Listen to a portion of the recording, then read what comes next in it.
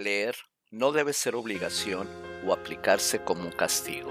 Si a eso le añadimos que los mexicanos no leemos porque no se nos enseña el gusto por la lectura, o porque a cierta edad decimos que no tenemos tiempo para leer, o comentamos que los libros están muy caros. Y para nosotros los lectores debemos de recordar que no somos una especie aparte, no somos personas importantes, ni merecemos consideraciones y aplausos por abrir libros.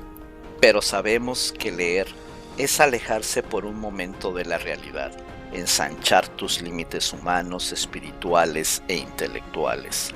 Leer no abre los ojos de nadie, pero sí ayuda a que nos demos cuenta que ya los teníamos abiertos. Por eso, los lectores debemos convencer a las demás personas de leer, básicamente porque no saben de lo que se están perdiendo. Juan José Arriola nació en el estado de Jalisco, empezando a escribir a los 10 años sus primeros textos.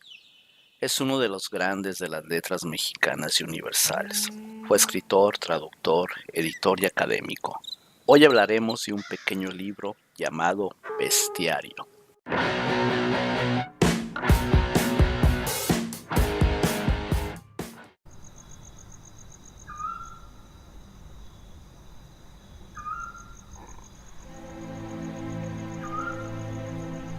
Antes de devorarlas, el búho digiere mentalmente a sus presas.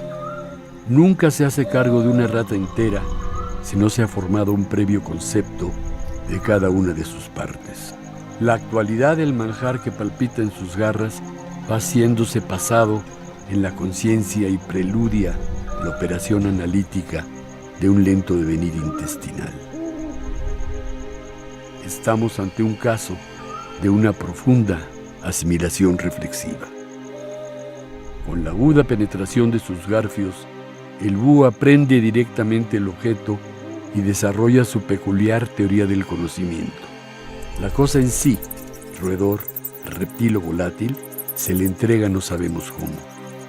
Tal vez mediante el zarpazo invisible de una intuición momentánea, tal vez gracias a una lógica espera, ya que siempre nos imaginamos al búho como un sujeto inmóvil, introvertido y poco dado a las efusiones cinegéticas de persecución y captura.